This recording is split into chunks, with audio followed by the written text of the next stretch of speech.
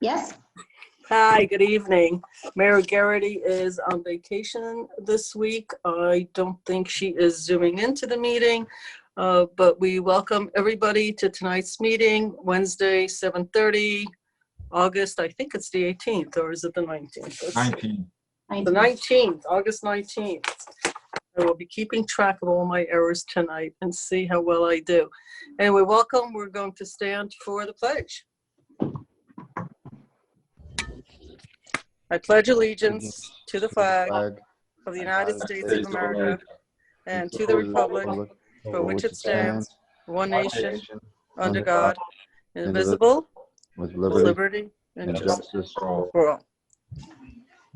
Thank you. Okay. Have a nice agenda tonight. Have my glasses on. We're all set. And I printed it out. Okay. Mayors and trustees announcements. Anybody have any announcements? Roll call. Roll call. Sorry. Okay. Trustee Fritchie? Here. Trustee Levin? Here. Trustee Lopez? Present. Trustee Casada? Present. Okay. Now announcement. I'm good.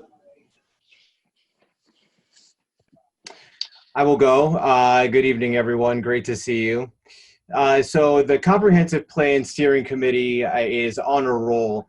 We have had a few different events in the last 7 days. Last week, we had the first ever study hall. And this is an intensive period of time where we will do a deep dive on a specific topic. Usually the way the Comprehensive Plan Steering Committee meetings work is that our partners, Bfj Planning, that are helping to shepherd the process, they're the ones who are drafting the actual report and doing those kinds of things. They have a structured agenda during our meetings that usually go from about 7 to 9 or 10 o'clock at night. And those meetings, as a result of being as structured as they are, don't necessarily have a lot of space for us to do things like get to know each other or ask deeper questions about issues. So we came up with this concept of the study hall, which happened last Thursday. Then on Saturday, we got together and we had the first opportunity we've had in many months to see each other in person. We took a walk down the waterfront. So the chapters of the comprehensive plan are broken up into different sections, focus areas like the waterfront, downtown, economic development, transportation, things like that. And so the waterfront is a great example of a chapter that we can go somewhere physically and actually get to imagine what could be and take a look at what is actually there. And so we had the mayor there. Before she went off on vacation, she was able to join us, folks from Bfj Planning and the steering committee. And we walked all around the waterfront, and there were some really interesting things that emerged, some really dynamic ideas, trying to balance how we can increase economic development down there. But then also, one of the things that we're seeing is that there is a lot of intersectionality of issues. So that though we're looking at the waterfront, transportation to downtown matters. The ability to go from, let's say, if you came in from the train, or if you're docking your boat, or if you're coming in from the ferry and you want to get to the rest of Ossining, what are your options to be able to do that? Or for economic development, what kind of businesses do we have down there? Or for housing, what kind of housing opportunities do we have down there? And that's everything from the regulations that we have for what can go in a building. So some buildings need to have, let's say, a storefront on the first floor, whether or not that's relevant anymore, or some buildings have to have certain other requirements. So we were really able to look at it in person, and having Jaime there and Maddie and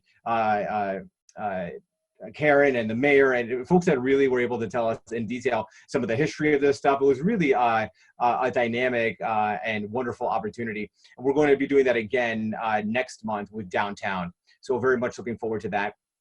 And then last night, we had our monthly meeting with Bfj Planning, where we were able to reflect on how the process has gone. And we took a look at some of the infrastructure and other pieces, most notably the school trends, the school enrollment trends, and how those look like they are over the course of the next 10 to 30 years flattening out and not increasing in the way that they have in the past. And so what are the implications for that?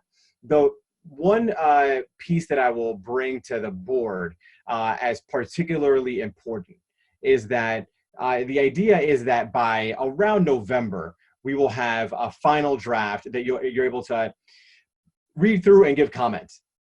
It's also gearing up for the public to be able to give comments as well, but specifically for the board to be able to give their comments.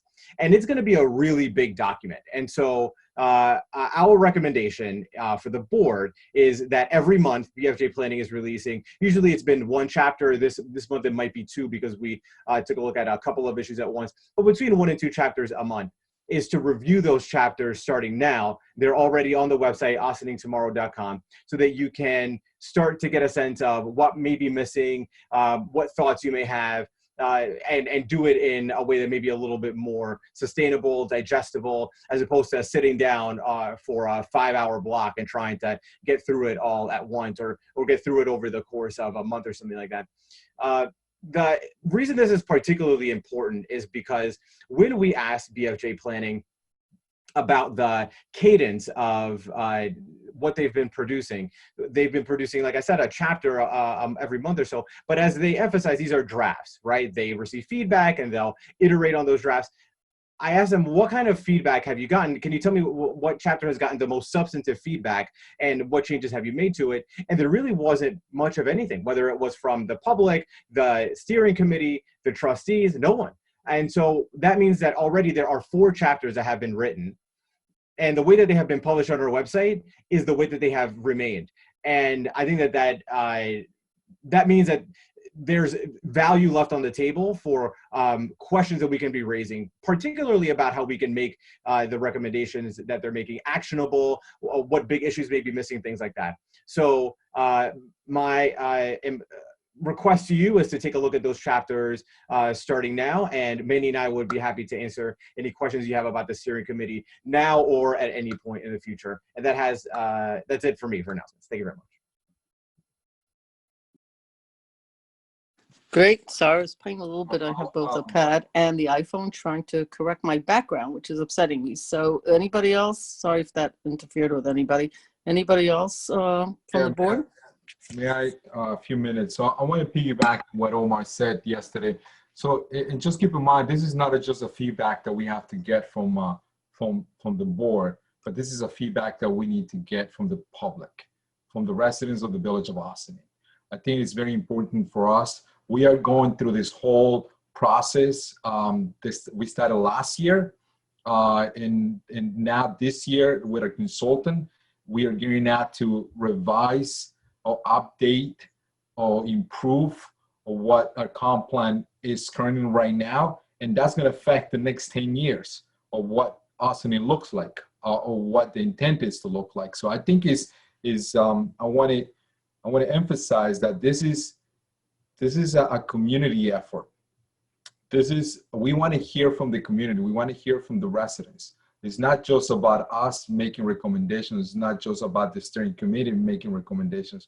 We want to hear the feedback of what the residents would like to see, what they would like to hear. I watched the zoning board meeting from last week, and it was very interesting to see that some local businesses are trying to open a downtown. What does that look like? You know, there were concerns about parking. There were issues. There were residents that had concerns of where did they park. So those are real issues that we want to hear.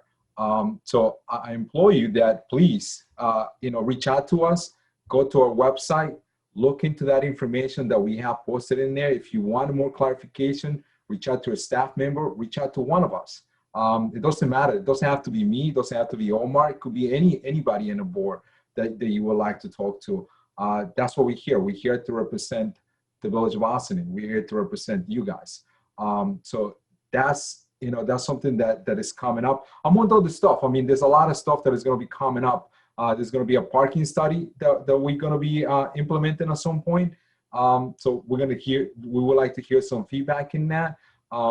We have to do a couple other implementations around our village. You know, so there's a lot. I understand there's a lot of stuff happening, but you know, it's important that you stay involved, because that's how we make decisions that it will benefit us at the end of the day. It's not just for one person or a group of people, it's for all of us. So that's all I have to say. Thank you. Bob? I'm good. I don't have any announcements. Great, thank you. I'll just make this brief.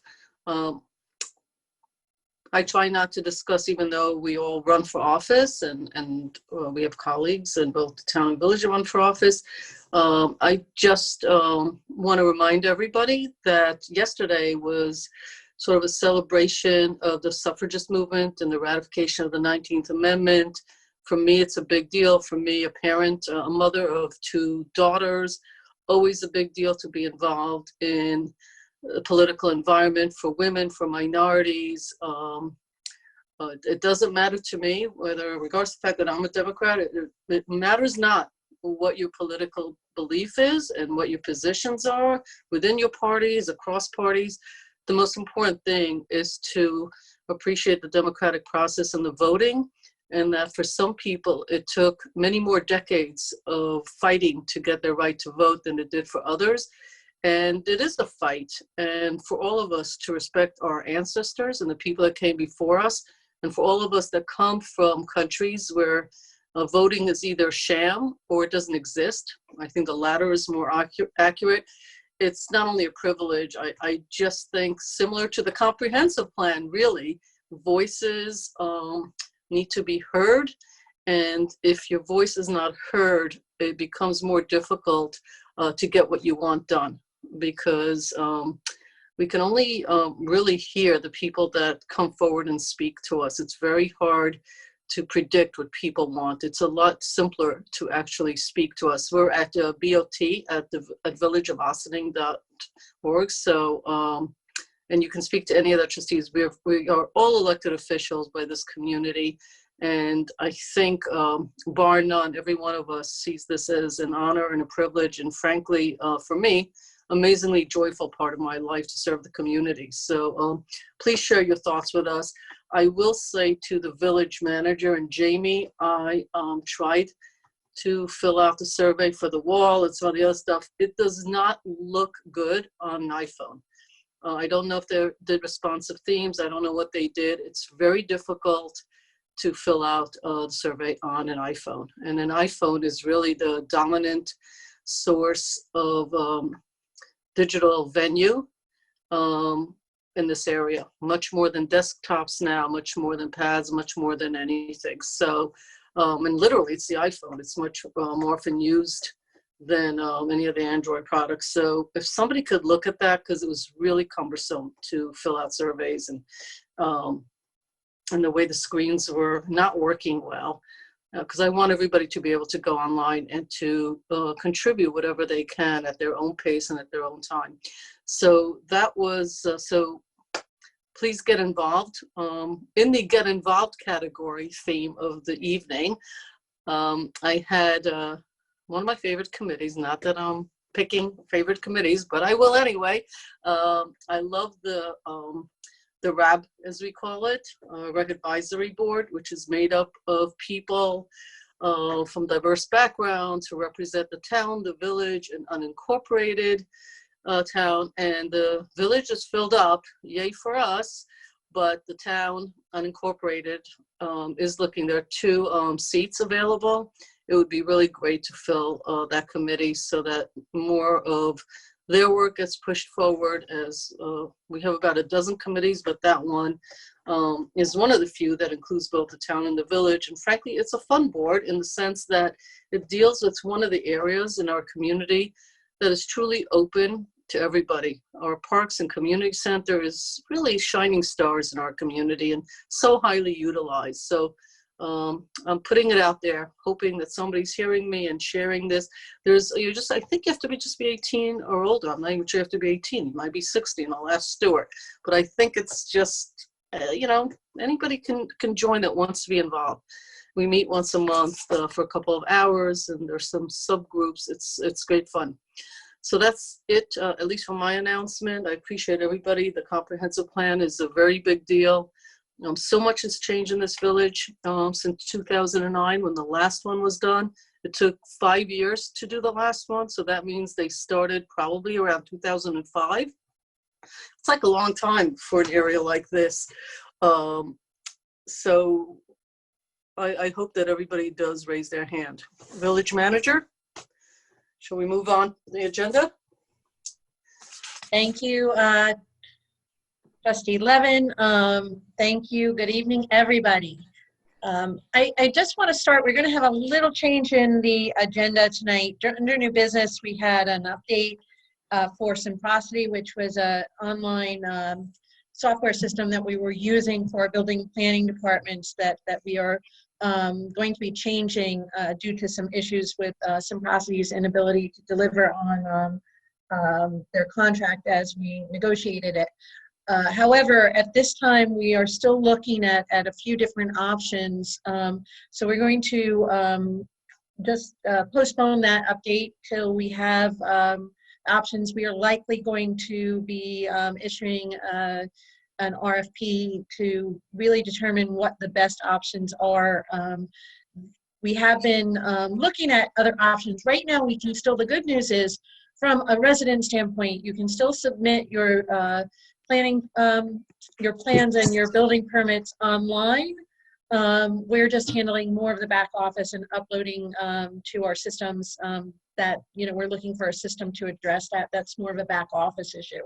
So once we have more information, we'll be coming back to that. But from a resident standpoint, we do have online services so that you can submit your building permits and planning documents, and in that regard, online services are alive and well. We are wrapping up, this week we're wrapping up our summer youth programs. We had a really good summer despite COVID, and we had over 2,000 people since July 13th. Over 2,000 people have registered for various different recreation programs, and that's anything from lap swimming to pickleball to the youth, the weekly youth programs that we're running in our parks. And you know, we were able to have some outdoor fun. Kids were paddle boarding and kayaking, so some different things. And it was a little bit different than normal, but we tried to make it as fun as possible under the circumstances. We also are completing 6 weeks of our youth leadership training program, and we had 12 high school students and 20 middle school students in this first youth leadership program that we've run. They met 3 times a week. They started an Instagram page. You can follow them at Ossining YB, Ossining Youth Bureau. They were working on vision boards, and the vision boards help them identify their leadership qualities and be able to identify ways they can use those leadership qualities to improve community and take more of an active role in creating positive change. So it was good, really good. We'll be continuing that program in the fall. Next up, we're very busy this week reviewing 11 different responses for our parking and mobility study. And I want to thank our assistant village manager, Maddie Zahaj, for doing an excellent job at sending out an RFP, creating and sending out an RFP that generated so many really great responses.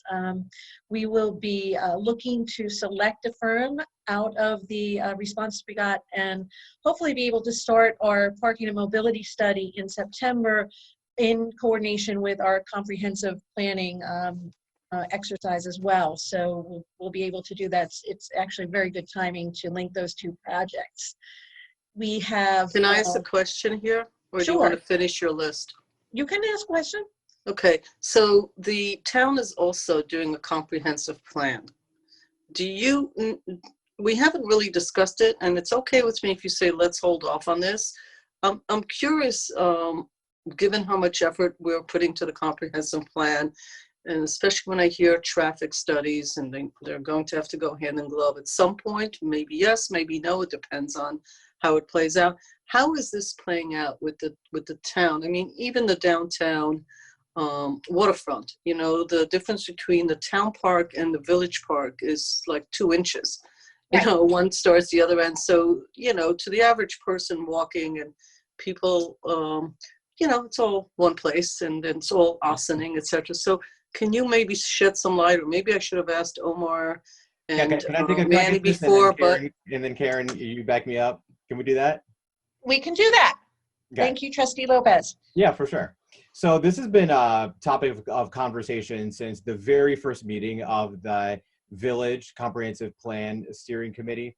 And there are some natural tensions that exist where the village and town demographics there are some things that overlap in terms of interest, but housing and economic development and things like that, where they don't exactly align. And so there ultimately was a conclusion of, well, we'll definitely have a separate process, but we'll stay in touch in order to get a sense of how the processes are working in tandem.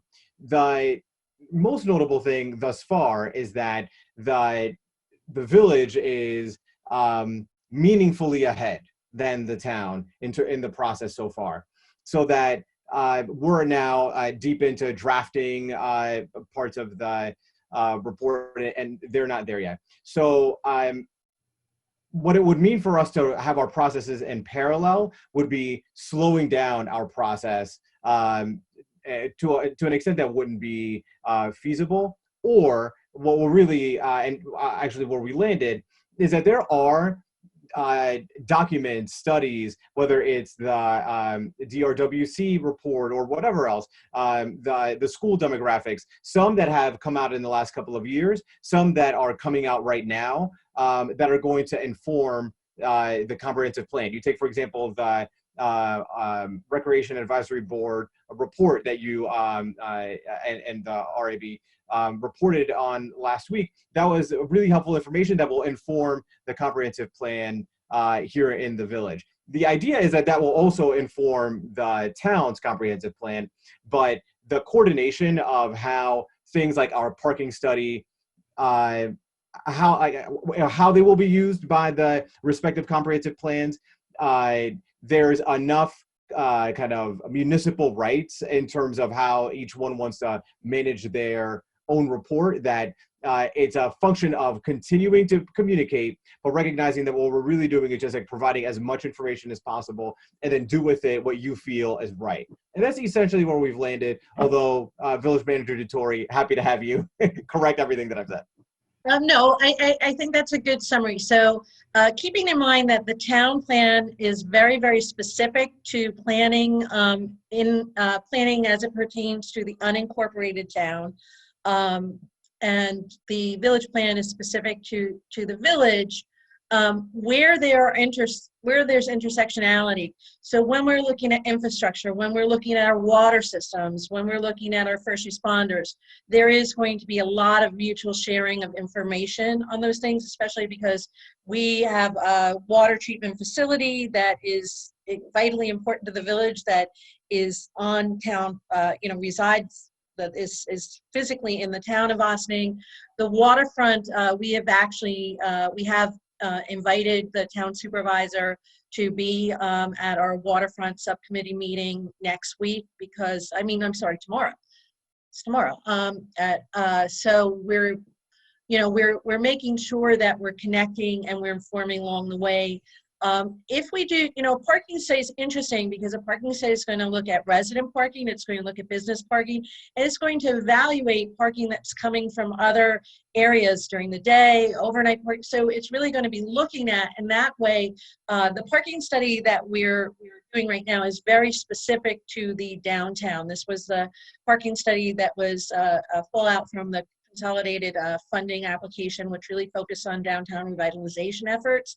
So, but during that, we will certainly be taking into consideration who's parking during the day, who's shopping, how the parking's being utilized, and more than likely that will have an impact on town residents who shop in the downtown. So we're very, very conscious of each other's plans. We have a good sense of where the overlaps are, and we will be sharing information on those issues, school district as well, to inform both plans. So there is a communication, even though we're at different stages. May I piggyback on that as well? So part of our conversation yesterday was transportation and infrastructure in the village. I had a brief conversation today with, because I had a question in regards to one of the presentations to our planner, Jaime Martinez. And one of the things that I mentioned to him is actually about working together with the town in regards to infrastructure and see what they were coming out, because at some point in time, we do provide services to the town. We do have the water IMA, you know, that implementation in traffic at some point, depending on what they're concentrating, if they're doing anything in development, if that's what they're going to do, I don't know. But that does affect some way, somehow, to what we are trying to accomplish here as well. So we have to be very mindful that we do have to work together with them. Early in the year, we had a sort of like an informal meeting with the town supervisor and their consultant planner and some of the staff members, and where we actually agreed that we're going to be sharing information. You know, everything that we do is public. Everything that we have done is, you know, anybody can have access to it. But if we are drafting something, if we can give them the heads up on something that we may be looking, of course we're going to do that. We have to work together. We are Austin. You know, to me, and a lot of people feel like, you know, there's the town of Austin, the village of Austin. At the end of the day, we're still Austin. And we have to work closely to the main goal is how do we make better our community.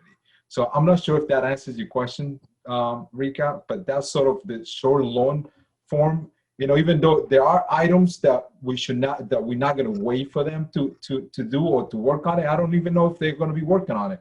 I know that Karen, maybe you know, or Maddie, maybe you know. I know, did they hire a consultant yet? Because I know the RP was selected. You know, they sent out, they had the interviews, so they selected one. Do you know which company they selected? I don't know if they've made that information public yet. I just Yeah, I understand that. Right. Okay. Yeah, No that's, problem. yes. So within a month, we'll know. I'm assuming within a month we'll know who the consultant is who's going to be working with them. And at some point of time, you know, there are items again, you know, that we should be making a formal introduction to them, because we would like to know who the consultants are, just like they know who our consultants are. So I think that, I mean, in my end, on my perspective, I cannot share the whole steering committee perspective, but in my perspective, as a village official, I would like to work together with them in items that we should, that they're kind of going to follow the same path. So.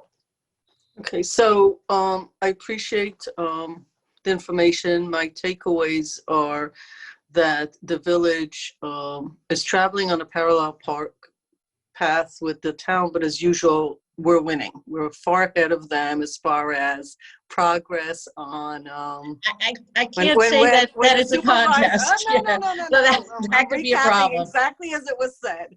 I did, it was a question, but it was really more to also, and I appreciate everybody's input, to let the public know, because there's always a feeling about how money is spent, and it feels to people that, hey, you know, it better be coordinated. You know, most of the people living in the village also live in the town and pay taxes in both, et cetera, et cetera. So my takeaways are, we are moving pretty quickly. They're also moving, but at their appropriate pace, whatever that may be, that you folks are, I'm not on the committee, so you folks are coordinating.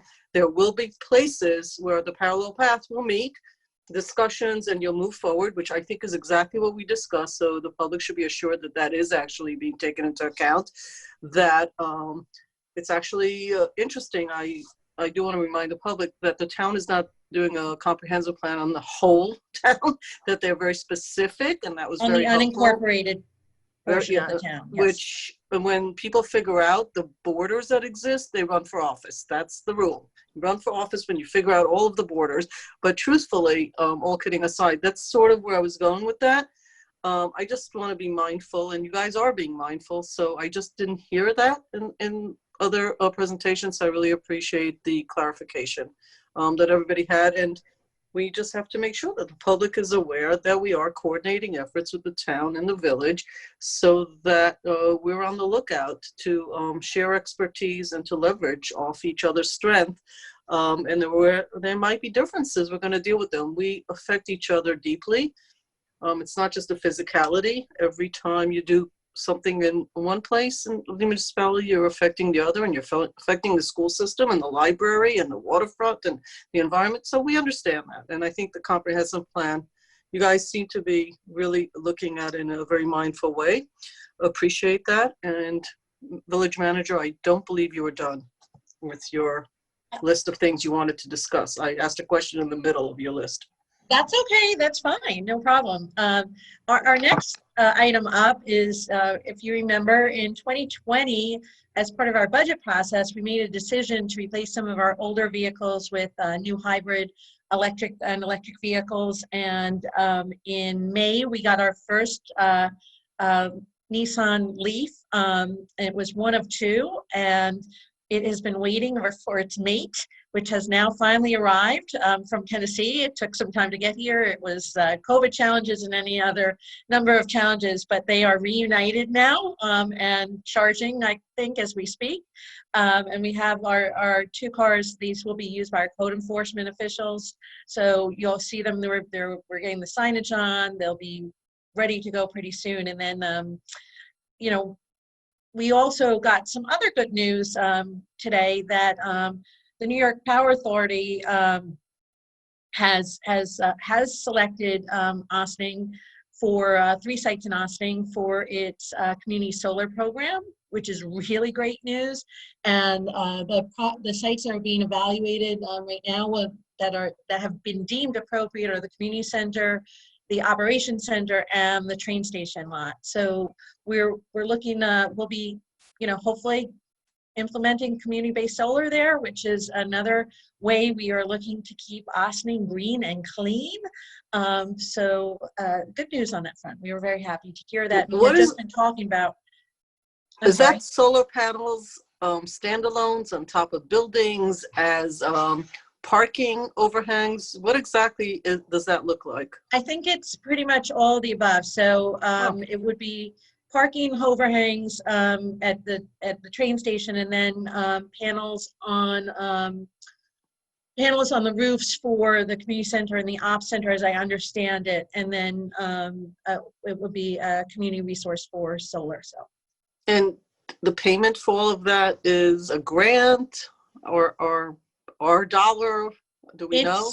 It's my understanding it's through a program through New York Power Authority. So it is a grant program. So I think that it is part of statewide efforts to incorporate green energy. Well, I'm psyched. This is total news to me. I mean, Does that this is great. Does that qualify for NYSERDA too? You know, it's nice. It's NYPA, but is there a NYSERDA component to it too, Maddie? I think that there is. I think that there is also, but you know, we started this project a while ago, so I would have to look back and confirm that. Okay. Yeah. I'm not sure if that's just for residents or if it's also for commercial applications. I'm not 100% sure. Well, the community solar is a relatively new program, I think a couple of years old. And the purpose of it is that all the other programs they had in place did not benefit municipalities who were benefiting from discounts. And so financially never made sense. Environmentally, of course it did, but it didn't make sense. It was also almost a disincentive. So I think about 2 years ago, if I'm not mistaken, they created programs that really, and I had actually thought about firehouses that we own, about the operations center. We actually looked at the roof. Paul had actually inspected it to see if it qualifies and all of that. So it's actually created specifically for commercial, I think non-for-profits, and I think municipalities. It takes in like larger space that is not private, if you will. I mean, that's the way I would say it. I'm like, right. You just made my day. I feel like I could just bring the meeting to an end and we'd be like ahead of the game, but I won't do that. But that's, congratulations. Really, that's really terrific. It is. Well, this is a program for municipalities. I do believe NYSERDA is, I know we just got something else, and I'm trying to look at now. We just got this today from, there's Sustainable Westchester. Westchester. Yeah, Westchester. Yes, Westchester. Thank you. Extended something that I believe is resident based. So we'll get that information to you and send it out, and then post anything that residents, oftentimes there's programs that residents can apply for too. Community solar is specific to the municipality though. Yes, but there is, I don't want to get details. You guys will get it. There was, when they started it, also a way to direct the savings where they go. There is Yep. a sell back to the grid so that it might benefit, individuals who want to tap Exactly, in. who wanna tap in. Yeah. There is rental building component in case landlord. There was a bunch of components. I don't want to get into it. That's not Yeah, the point. But thank you for it's letting separate us know from that the, we're in it. yeah, separate from the programs that you can put solar panels on your own home. That was the distinction I Exactly. was trying to make. Or that you're a private business or Exactly. company. Right. Exactly. So, Great. yeah, so that's some good green news for us. And I think that we are looking to do hybrid meetings. So I'm just going to mention this. We're working this out. We had wanted to start hybrid meetings that we would have in person. The board and most of the staff would be in person, and if people wanted to attend through following social distancing protocols and having temperature read before they enter the building, answering questions about whether they've traveled or not. We will be planning to do that. There will be a Zoom component too, so people can also participate from home. And we're looking to start that at our September 2nd legislative session. And we're evaluating right now where that's going to take place. We need a room large enough where we can accommodate social distancing and some of the technology. So we will be, I just want to put that out there, that is what we're looking to do for our legislative sessions only. And that would allow us, if we have, as we open our public hearings and go forward with different meetings, if people want to attend in public, they will have the opportunity to do that the way things stand right now, unless something is to change radically with the pandemic. So just want to put that out there. We'll be getting more information on that. And with that, I think that's the update for tonight. Thank you. Right. And the reason we're looking at it, we've learned that, working through Zoom actually for work session is highly efficient, more efficient than in person. It allows people who might be elderly and don't want to drive at night, or people who simply don't, with the pandemic still around, don't want to be in a public place while others are okay with it. We actually want to continue, especially in the work sessions. Our presenters don't have to sit around for hours. They could share via Right. Zoom. It could be recorded. I mean, it's just wonderful. We don't want to go back to the old way in this particular instance. So I appreciate all the efforts on it. Mr. Kahan. Thank you, Deputy Mayor. Just a few points on what was just said. We will know better as of September 4 if work sessions can be done via Zoom. Right. So at this point, they are allowed, but whether or not that will be permitted or there will be an extension of that is unknown at this point. We will have to see. A few things to note regarding the earlier discussion involving the comprehensive plan. Just so it's noted for scheduling purposes, the steering committee is obligated to hold a public hearing and then pass a resolution with its recommendation of the proposed comprehensive plan. That then goes to the Board of Trustees. The Board of Trustees then has 90 days to schedule a public hearing. So I know that Trustee Lopez and Trustee Quezada were talking about reviewing chapters. I just want to make it clear that there is a period of time within which there will be a review process as well by the board and by others who can come to that particular public hearing. I sent to you folks earlier today, just about 2 or 3 hours ago, the New York State Police Reform and Reinventive Collaborative Resource Guide, which was published on Monday by the governor's office. It is fairly extensive. It has many citations. and it is to be used by municipalities to formulate the plan, which, as you know, is to be filed with the budget office by the 1st of April. I encourage all of you to look at it, see what's in there. It does have some interesting ideas, many of which we already do in the village, but I do call that to your attention. Under new business tonight, there will be a discussion on the records access and records retention policies. Just so you know, the records access policy, which is essentially relating to FOIL, Freedom of Information Law, was forwarded to you folks before. The records management policy is a new records management program, or not program, but the state archives has come up with what is now called LGS1, Local Government 1, which replaces the former procedures that were in place for about 12 years. The board, all municipalities, local municipalities are obligated to implement LGS1 by resolution no later than January 1 of 2021. I'll give you a brief overview of it tonight. There are some significant changes in there in terms of what is required in terms of record retention policies, and we'll have subsequent meetings to discuss, but I did want to just go over that, with you folks. There'll also be a discussion by the village manager of the Westchester Power Memorandum of Understanding. That is different than the MOU that deals with the solar panels that you just heard about.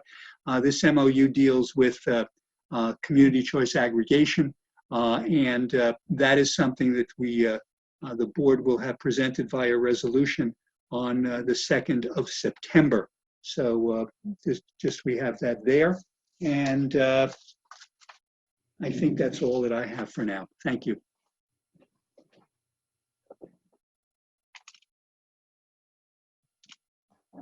Stuart, if I may, so the new regulations that we just got from you, I know they're probably available online, but is that something maybe we can have that in part of our website as well?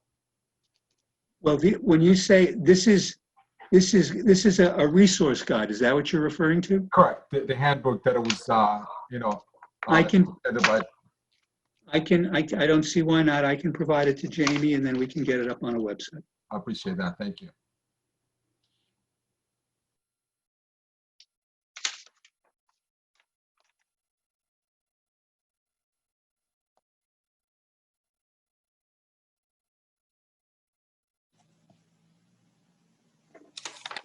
Police Chief Kevin Sylvester. Good evening. Not a lot changed since last week, since it's only been 1 week since our last meeting. Department's currently undergoing annual CPR recertification, so keeping everybody busy with that. And one announcement for the community, across Westchester County, there's been quite a rash of larcenies from unlocked vehicles. Generally, we've sort of escaped that trend here, but we've had a couple of them across the last week. One arrest made today, so we've likely dealt with that issue already, but a reminder to everybody to lock your vehicles at all times, even when you're at home. Bad things happen to good people. So lock your stuff, protect your belongings, and that's all from the police department tonight. Thanks.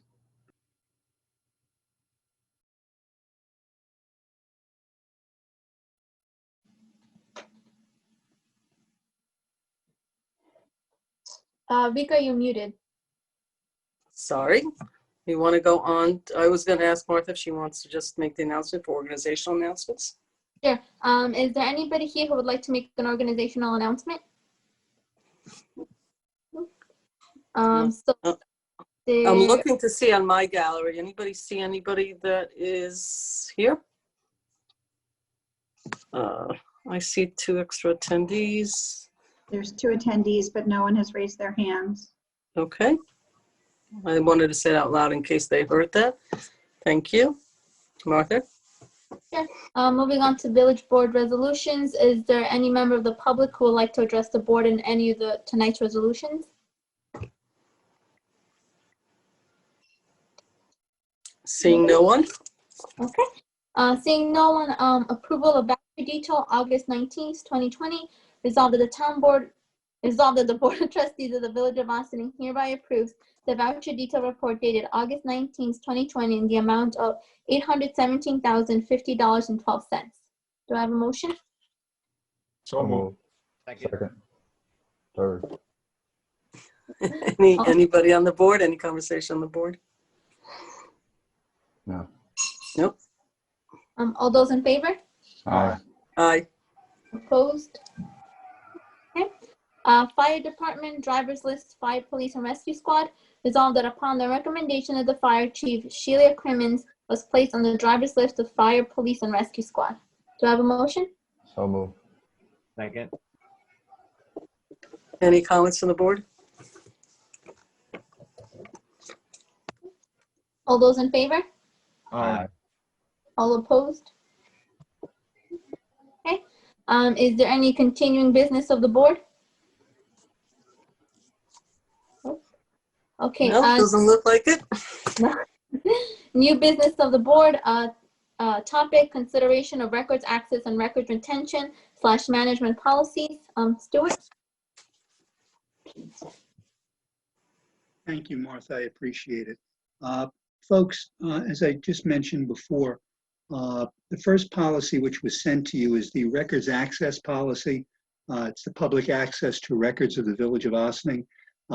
Under the Freedom of Information Law, which is part of the New York Public Officers Law, each municipality is to have such a policy. And the policy which I have forwarded to you is based virtually intact from the template policy that was developed by the Committee on Open Government, which, as some of you may know, is the organization through the New York State Department of State that provides advisory opinions, among other things, with regard to both the Freedom of Information Law, the Open Meetings Law, and there's one other statute that I just forget that they provide those opinions on. They're very, very helpful. They respond promptly, and they're a great group to deal with. The records access policy effectively lays out what the policy is of the village to provide records, what the notification will be to those folks who submit FOIL requests, how FOIL requests are to be submitted. It identifies the clerk's office as the records access officer. It identifies Corporation Counsel as the records access appeal officer. It provides the address of both the clerk's office as well as the building department to obtain records. Building department is there because a significant number of our FOIL requests are for building department records, and both building and planning, but frankly, in terms of percentages, far more building department than they are actually planning. But these records, this policy does go into how the person can get the records, when they will get a response, what the response from the village must say to the requesting party. There's also a discussion in here about fees and what the fee can be charged, and in what circumstances the village can charge in excess of the 25-cent per pay fee, and circumstances like that. It does not go into exceptions under the FOIL statute, meaning when you are not permitted to obtain certain records, but that would be dealt with. If someone has an issue with that, they can appeal it. They would come to me, and I would, advise them as to, why they may not be able to get the response. What's most important from our end is that we acknowledge receipt of the response of the request within 5 days. And I must say, with the clerk's office putting this all online, that has become a much simpler process, and it's phenomenal. I get a copy of every FOIL request that the village gets, and it is marvelous. And I've actually filed one or two myself. It is a breeze. You just do it, you get it done, it's done, and you get an acknowledgement letter. And then, depending upon the size of what you're asking for, we've had some recently that have asked, based upon recent changes in the recent appeal of Section 50A regarding police personnel records. We've had a couple of FOIL requests asking for those kind of records over a lengthy period of time.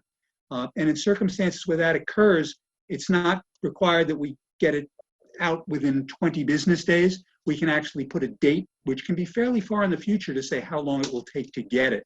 I should point out, though, that it is not an excuse to say simply, I got a lot of records.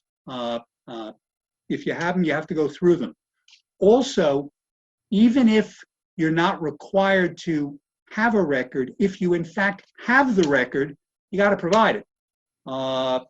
There was a case which was somewhat strange, where someone provided a map to the planning board. The planning board actually never filed it in, and in fact, just made a copy, returned it back. A demand was made for it. Planning board said, well, we never filed it. It's not really our record.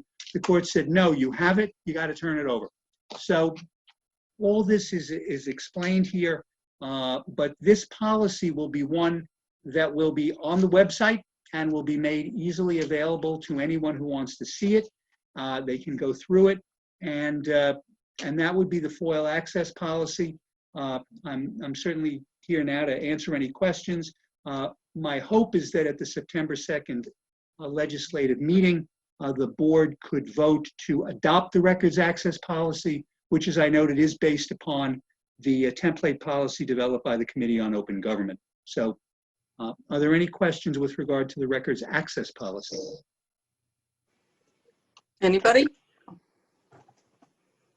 I have a couple. I read it. I just want to make sure if anybody else has anything. Okay. So this is great. Thank you, Stuart. I remember hearing in meetings the number of FOILs we get per month, per year. There's a lot of them. And I don't think they've ever decreased over the 5 years I've been in office. I think they've actually gone up every year trend-wise. I may need to look back, but I think that's about right. So just a couple of questions. First of all, thanks for doing this. People have all sorts of views about the freedom of information and what they're entitled to. So this is super helpful. Just some questions here. So it talks, you filled in like records shall be available for public inspection, copying. It constantly refers to village clerk. Is it the office of the village clerk or the village clerk? Meaning, if the village clerk, in this case, if she's not available, there's a designated person. It could be anybody in that office, or it has to be her. The acknowledgement letter goes out signed by Clerk Donnelly. Okay. Donnelly is not here. The deputy clerk could certainly sign the acknowledgement letter going out. In fact, it's Martha who sends the emails that we get with regard to all of this, and most of my communication is in fact with Martha. But on FOILs. And the point is that when it's filed electronically, it goes to the clerk's office. That's that's where it goes. Okay. So that's just semantics. It really doesn't matter that it's I just get concerned. People are away, people get ill, whatever. We've had that. It's taken care. We do not, I get them frequently, regardless who's there. We get them. Okay. That's fantastic. So I see that it gets updated annually. I'm assuming that's not really a big deal. No. I had just a question about costs. So let's see, sort of towards the end, the way Section I figured it out. H, an agency may waive a fee in whole or in part when making copies of records available. So we had some discussions last year by a couple of our colleagues about, I don't really like the words that they use, so I won't use them, but the idea that was brought to our attention is that in various scenarios, this could be one of them, but in similar scenarios, the idea of discretion about not charging someone something, I'm not opposed to it, and I don't know if it's mandatory by policy, but I do have issues with discretion. We pass rules and policies, and then a whole bunch of discretions start coming into play of who pays and who doesn't pay. It's usually not necessarily that people are charged the appropriate amount that's the issue, which is what's written here. Oftentimes, it's that certain people don't get charged for things based on relationships, based on whatever, and that gets to be a little bit of a slippery slope. Is there a way to say on, what's the number here? I can't even follow this. H. Section 8. Okay, is that if for whatever reason, the fees for copying or whatever are waived, that there also has to be documentation to explain name of person, why it was waived, reasons, etc., so that we get out of this. These are not big dollars that we're talking about here with copying, not the biggest issue, but that word about discretion with charging sort of made me remember some conversations we had last year. And I think that there is some validity to equally charging people and all the people, not just some of the people. Well, Deputy Mayor, if I may, my understanding is that where a fee has been waived, if a person is asking for one page and they're in the building department, they're going to run off the page, particularly if what they're doing is they're running it off from a computer. So it's not even being copied. They're just going to do it. And there's going to be, and they just, so, and again, this comes directly from the statute. That's what's in the FOIL law. I understand. So there's, if and otherwise, if something has to be copied, and the building department, since a lot of it is on the computer, it's not a big issue. Where the building department incurs fees and sometimes has to, go beyond the 25 cents is where you're dealing with things that are larger than, your 9x12. If you're dealing with large plans, we then have to send them out. Those fees can be charged as the actual. Yes, I'm pro charging. I am anti not charging. No, as I said, because on one of the lines it allows the clerk to actually waive fees that has the discretion of charging. And I don't like well, if I can, the clerk. What happens though, and Martha, correct me with this. The way it works here is the documents are sent to the clerk's office to be transmitted to the requesting party. Right. But the clerk, and Martha, correct me, you're not doing the charging, right? Doesn't that come from or is it from you or is it from the individual department? It's from the individual department. So like, for example, when we get FOILs for police reports, the police report sends them to us electronically, and those we just send off. We don't charge for those. Right. But if somebody were to say we have the electronic copies, but they want actual paper copies, then we charge them a certain fee per the page because it's already electronic, but they specifically want printed and they don't want to print them themselves, then we charge them. When it comes to regards to the building department sets its fees because they're the ones that, have to speak about how much it's going to be for a plan or for a survey. Okay.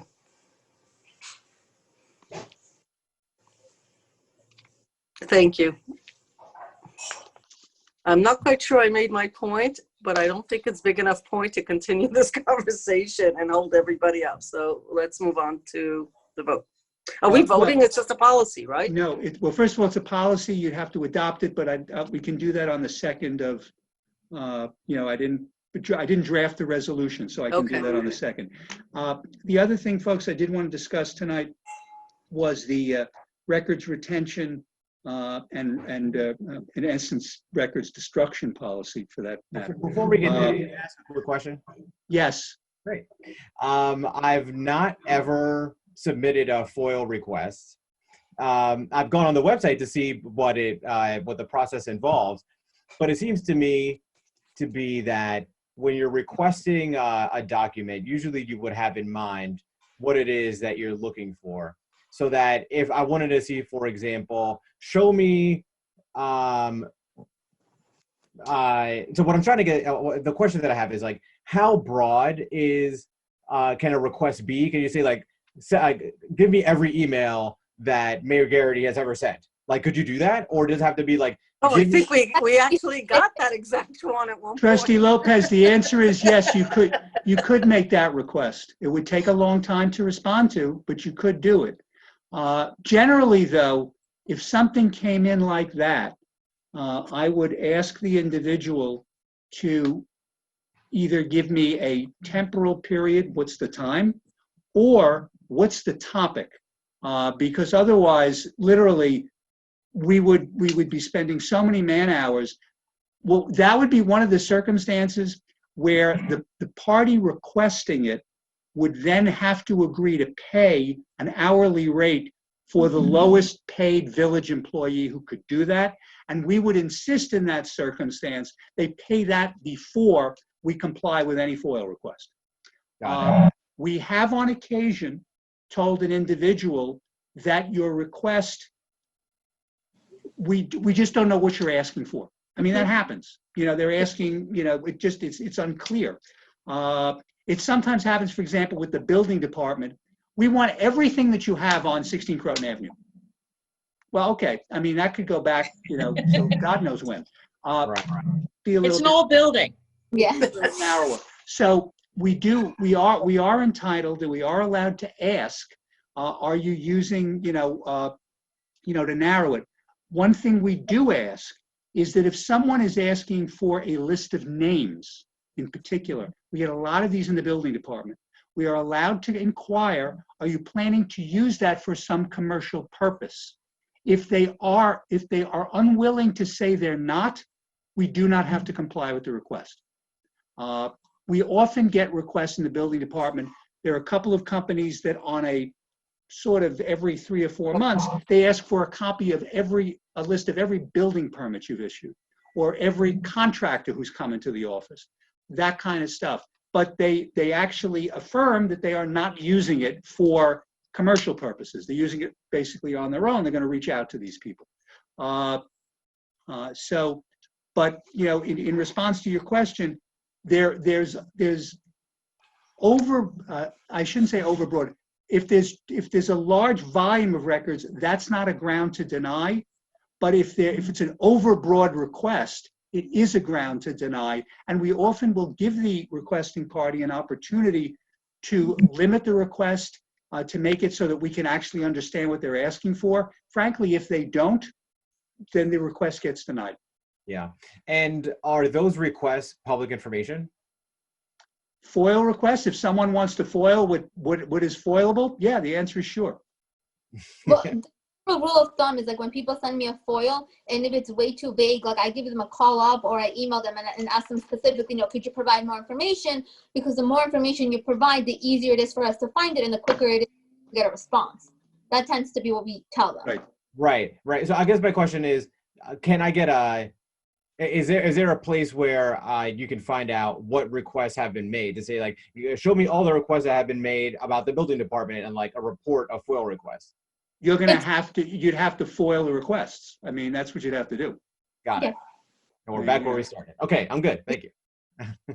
Now, one way to make it easier, if someone wanted to know that, is I get weekly from the building department a report of completed FOILs.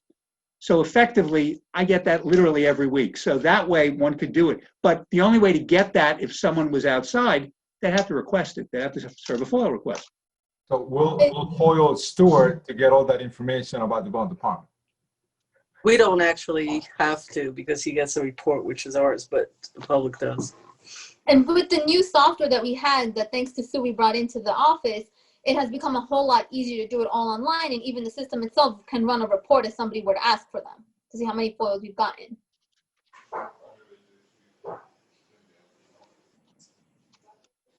Anyone else on records access?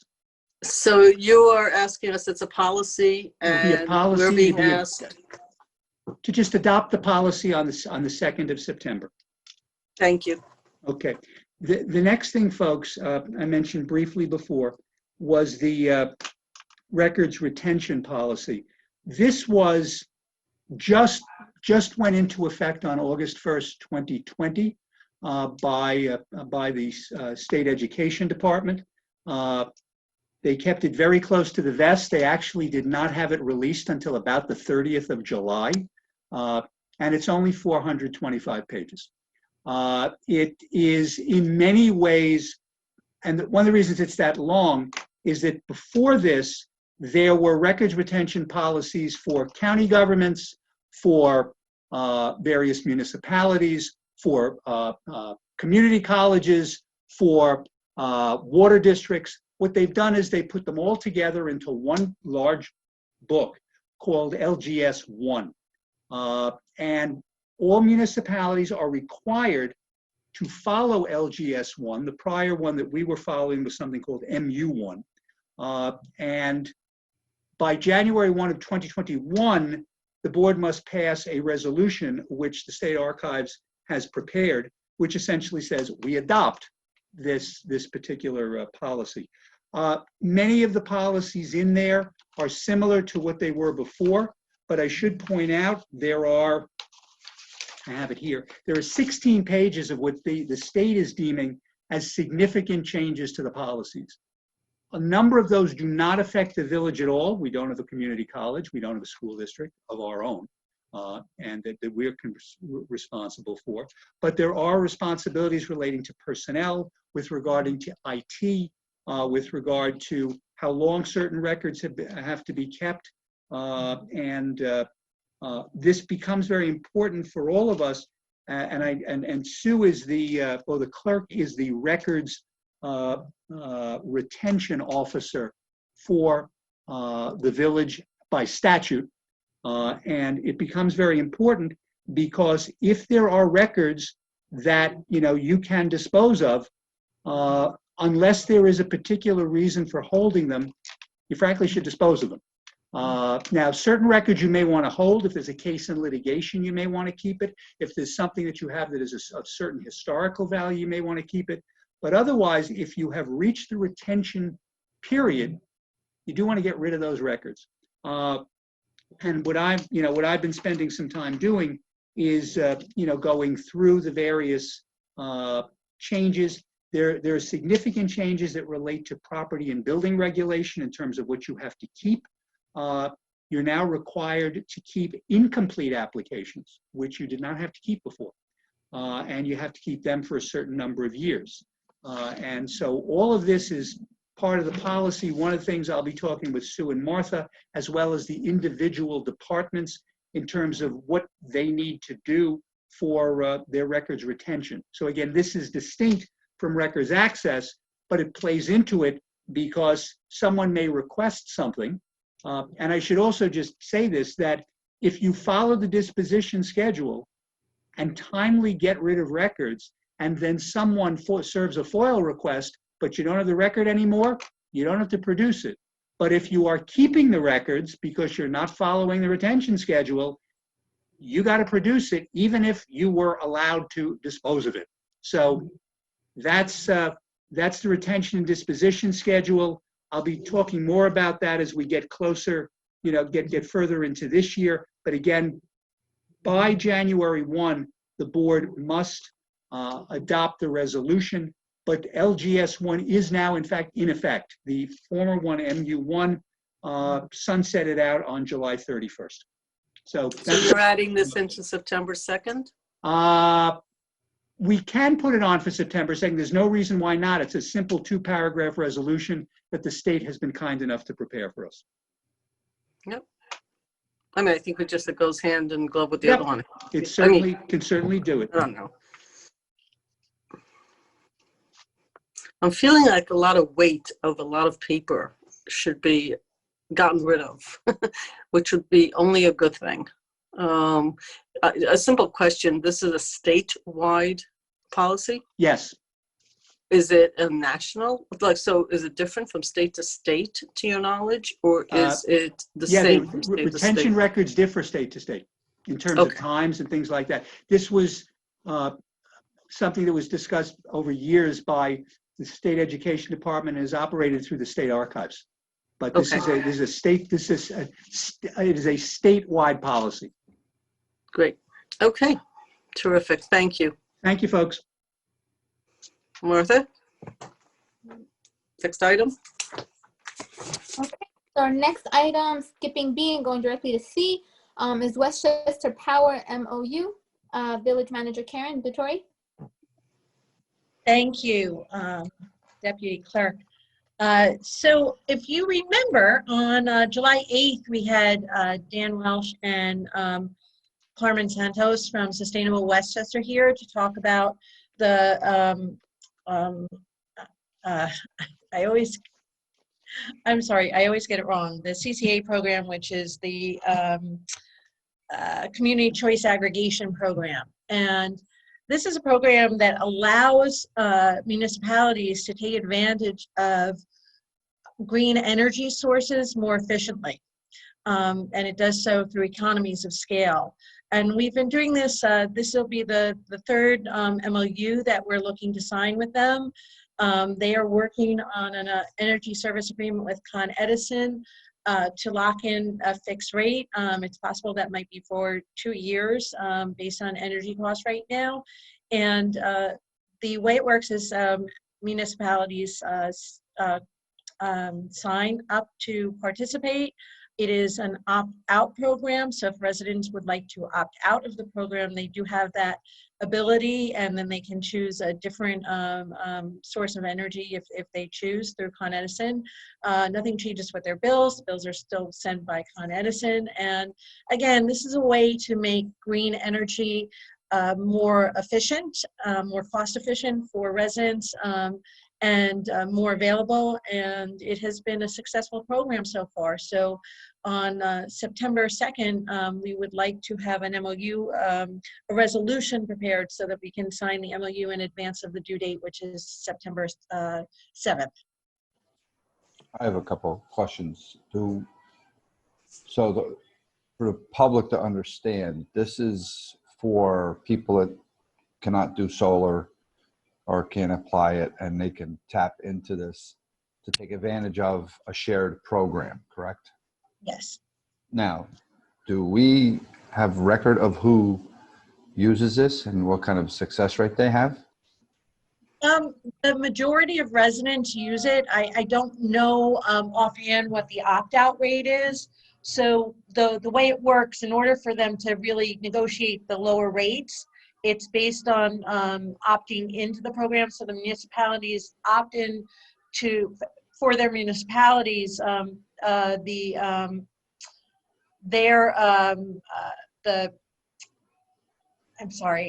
aggregation, the community aggregation program becomes the default. So that would be the energy source for the community. Should somebody decide that they want to opt out for whatever reason, they may do so, and we will make that. Usually a letter goes out, and we do a fair bit of outreach to people so they understand. The first year we did it, people were confused and they didn't understand why the decision was chosen for them. It's the only way the program works. Otherwise, you can't get the economy scale you need to do. So what this does is really, it's helping to bring down rates of green energy, which historically had been could be possibly more expensive, so that they're more competitive with other energy sources. And this is just a way to do that, make it more affordable. And the rates have been very competitive, and I think in some cases actually lower. So it is a good resource, and I would say the majority of residents remain with the program. So they're sent a letter with the option of opting out. If this is ignored or they decide not to opt out, they're in the program regardless. Right. Okay, that's all. Thank you. Any other questions? Is it solar? I thought it was all alternative energy. It's all alternative. It's not just solar. Right, it's not solar, and they're aggregating because they're buying in bulk. And I think the conversation last time was that they're now going to actually go to the auction block rather than like they're switching from bidding to an auction, thinking they'll even do better, et cetera, et cetera. Exactly. So, yeah, I have solar. I actually don't don't benefit that much from this, but I'm a big fan of the program. I think the people that run it are super smart about getting great pricing in the open market. Yeah, no, it's a great program, and it is really perpetuating clean sources of energy, solar, wind, a myriad of cleaner sources of energy. So again, that seems to be the topic of the evening, and we don't claim to be greenosting for nothing. So. Bob, just keep in mind that this program, we've been doing this for a couple of years now. I think close to more than that. 5 years maybe. Yeah, we were the first ones. Correct. We were definitely the first ones. So yes, in the beginning it was a lot of confusion from residents, but I think that has been clarified, and a lot of them I believe I haven't heard any concerns, I want to say, lately.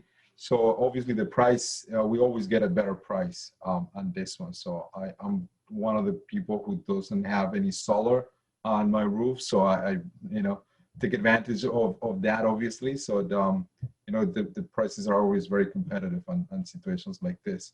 So I'm in favor of moving forward with this. Oh, no, I am too. I just was wanted Yeah. to clarify, so if anybody new to this was watching or decides to watch, they know what they're in for. They'll be looking for a letter from the village. Yeah, the letter actually comes from Sustainable Westchester, and I think I think we do some, the town and village do some outreach around it so that we can also make people aware. You know, a lot of times you do get a lot of letters and from different ESCOs and energy companies. So we do try to make sure people know what they're getting and what they're reading and what the plan is. But again, we've been doing this for several years now, so the majority of people are comfortable now with the program. Although, to your point, Trustee Fritchie, new people moving into the community may not be aware of it. So. Right. Yeah, and just to kind of sidetrack of this, but if you guys want to watch some of the infrastructural stuff at the end of our meeting last night, we even talked about, you know, different kind of potentials of electrical. You know, I brought up hydroelectric. Some other people brought up some wind. You know, so we always looking into see what's the next best thing for our community and how do we improve that. So. Bob used to be involved in solar panels, right? Oh yeah, very involved. Yeah, So actually, I'm looking forward to more conversation about that, Bob. I'm actually in the process of having, well, I'm playing the game shopping with all the different solar companies for my garage. Oh, great. Okay. Deputy Clerk.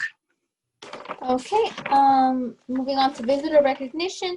Is there anybody here from the public who would like to address the board on any topic tonight? I am looking, not seeing anyone. Saying out loud in case anybody wants to click on to raising the hand or just raise your hand. Oh, no, sorry, you have to click to raise the hand. Nope, I'm not seeing anyone. Deputy Mayor, may I just inquire? Is the board interested this evening in approving the resolution with regard to the proposal for the police evaluation? Was that not on the agenda? Well, What we were waiting. It was not on the agenda because a number of the board members needed to review the meeting, and I know we have 3 board members who are in favor of the selected Yeah, entity. which I thought the note, I didn't even bother because once I saw that 3 Well, I apologize. I was waiting to hear from you. Oh, I'm sorry. I'm in favor. I didn't realize that. Now I feel silly. Yes, please, let's move that forward. Martha, I'm going to read this resolution, and I will get it down to you tomorrow. Thank you. Authorization for village manager to sign an agreement with the International Association of Chiefs of Police to conduct an assessment in accordance with Executive Order 203. Resolved that upon review by the Corporation Counsel, the village manager is authorized to sign agreement with the International Association of Chiefs of Police, IACP, 44 Canal Center Plaza, Suite 200, Alexandria, Virginia, 22314, to conduct an assessment of the Ossining Police Department in accordance with Executive Law 203, New York State Police Reform and Reinvention Collaborative, issued June 12, 2020, and be it further resolved that the terms of the agreement are detailed in the IACP's response to the request for proposals as supplemented by the discussion with IACP representatives on August 14, 2020. Do I have a motion? So, Did somebody second it? I'll second it. I'm sure there's some conversation to be had by the members of the board, especially those that were involved in the process. Anyone? I was one of the 2 interviewers, myself and the mayor, and I thought that they had great answers to the questions that we presented. There was nothing that caused me concern, whether it was from a capacity perspective or from a price perspective. I thought it was all fair and good. So happy to answer any questions that folks may have. Thank you, Trustee Lopez. Anybody else? Bob, is that a no or is that a hand going up? So, no, thank It's you. a no. I'm No, sorry. It's a no. Yeah. Okay, Thank you. I'm sorry. Omar. Annie? Yeah, I was just saying thank you to Stuart and to bring that up. You know, I had it in my notes and I totally dismissed that one, so I appreciate that. So obviously we watched the interviews from the candidates that actually responded to the RFP on this one, and you know, Stuart's going to read the name of the particular consultant that we selected, and I'm in favor and support of you know, they meet exceeded to me the criteria that we're hoping to have, and I believe there's going to be something of additional information that we will be getting from this group of people. So thank you. Thank you. I just wanted to add, we've been discussing this in a number of meetings. There will be opportunity for public involvement, stakeholder involvement. It's part of the whole project and the initiative. The police department is a major part of this initiative, and I think hiring these consultants, which was part of our decisioning, is to help it move along so that we do a good job, we hit all the timelines while the staff continues on their path of the many projects and initiatives have already been working on, and this does not derail them, but rather helps in the process of moving the initiative forward in a most professional and efficient way that will also help us include as many stakeholders as I think we can realistically involve members, various members of the community. It's really a great opportunity to include staff, board, legal, police, and many of the stakeholders. So I appreciate everybody's work. I found this particular, we got, I think, if I'm not mistaken, I'll be corrected, upwards of 5 responses. And I think they were sort of representative of a lot of different answers to the RFP. And this one seemed really to be the best one for us at this point in time. There will be 4 of us voting today as the mayor is not here. All those in Deputy favor? Clerk, I'm sorry. Okay. Deputy Clerk, I was about to say, but okay. All those in favor? Aye. Opposed? Thank you, folks. Deputy Clerk? Anything else on the agenda? I think we're good. We did visitor recognition already. Okay, so I just need a motion to adjourn into executive session for matters related to personnel regarding a specific corporation. So moved. Second. And with that, it looks like we bring this meeting to an end. Thank you all, and we hope to see everybody via Zoom next Wednesday. No, September 2nd, there's no meeting on the 26th. Excuse me, 3rd mistake of the night. I'm going to have to start watching myself. They're 5 Maybe it hours was- apart. maybe it We was will just- keep you posted on that location too for Yes, maybe September. it was We're just still working wishful that out. thinking. It was wishful thinking that I wanted to see everybody. No, but we normally don't do the last week in August. Thank you, Stuart. September 2nd and TBD as far as details. Thank you, Village Manager. Have a good evening, everyone. Good night. Good Good night.